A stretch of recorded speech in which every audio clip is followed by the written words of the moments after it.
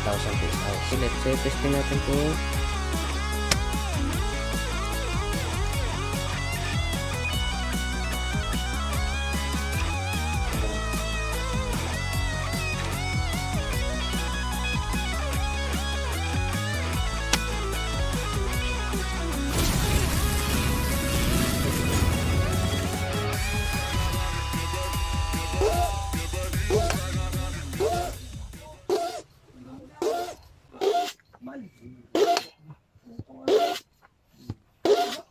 ayan mga boss. Bali yung hangin natin is nasa 3,000 lang mga boss. Yung hangin natin is nasa 3,000, nasa 3,000 lang mga boss. Ayan mga boss, 3,000. So abot 3,000 PSI yan mga boss. Yan, pump tayo ng yan, abot 3,000 PSI. So ang purpose nito mga boss is para malaman natin kung ilan yung ano natin EPS. So i-reading natin ito mga boss. Tapos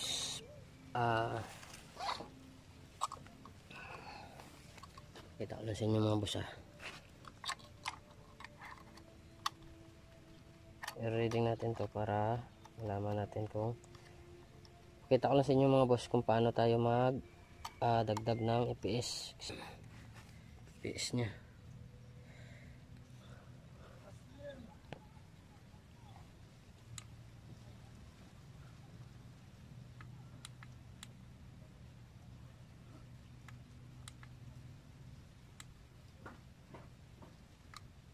Yan. So papakita ko lang sa inyo kung ito yung ano natin mga boss Astro 18 yun mga boss, yung manipis. So 18 grains yan mga boss 18 yan mga boss, 18 grains. So pakita ko lang sa inyo kung ilan yung EPS natin. Tapos testing natin ulit sa i-upgrade natin yung ano nya. So yan mga boss, lagyan natin ng pellet. So testing natin kung yan mga boss, kita lang sa inyo. Yan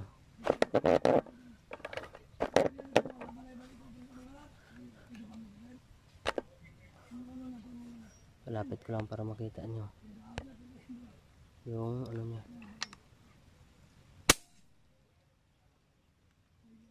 So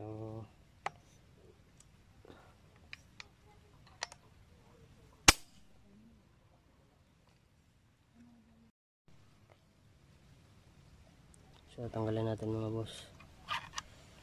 Yung output natin is ito mga boss, kita ko na sa inyo yung output natin yan yan i-upload natin mga boss. So i-testing natin mamaya. Ano natin gawin is baklasin natin to. Tapos may adjust tayo mga boss para yung tumaas yung EPS natin. Pakita ko sa inyo kung ayun mga boss, dito tatanggalan natin. Dagdag tayo ng washer mga boss. So yan, ganyan lang yung yan.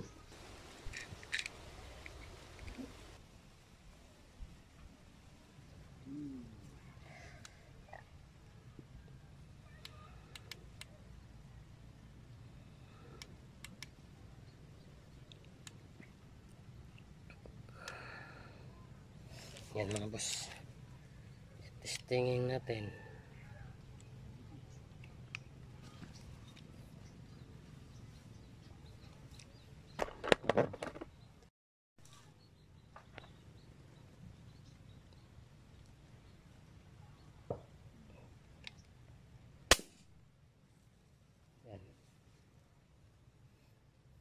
malakas na yung hatak ng ano natin mga boss. Yung ano niya. Ano nung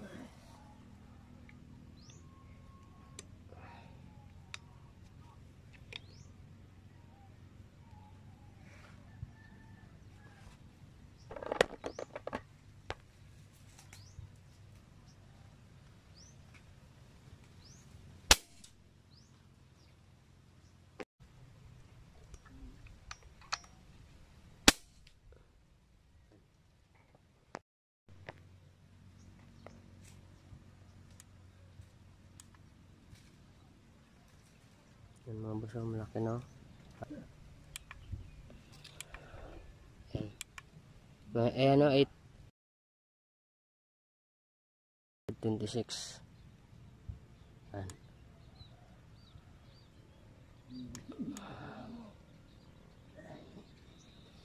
So okay na mga boss. Balikan niya lang yung pag-upgrade natin sa episode. Dito lang kayo mag-adjust dito. So mas maganda pa yung palakihan nyo yung butas dito sa swing natin para malaki yung papasok na hangin. Kaso lang marami na kayong gagawin dito, so dito na lang tayo nag-adjust. So yan mga boss, ganyan lang malaki na ang EPS. So kayo na lang bahala mag-diskarte kung paano nyo adjust dito sa, kayo na bahala kung paano kayo mag-adjust. Ano mga boss, ganyan lang. So sana may natutulungan ko ulit sa video na ito na ginawa. So yun mga boss, ano lang muna tayo. Maraming salamat ulit sa pinag ko. Ingat sa inyo lagi.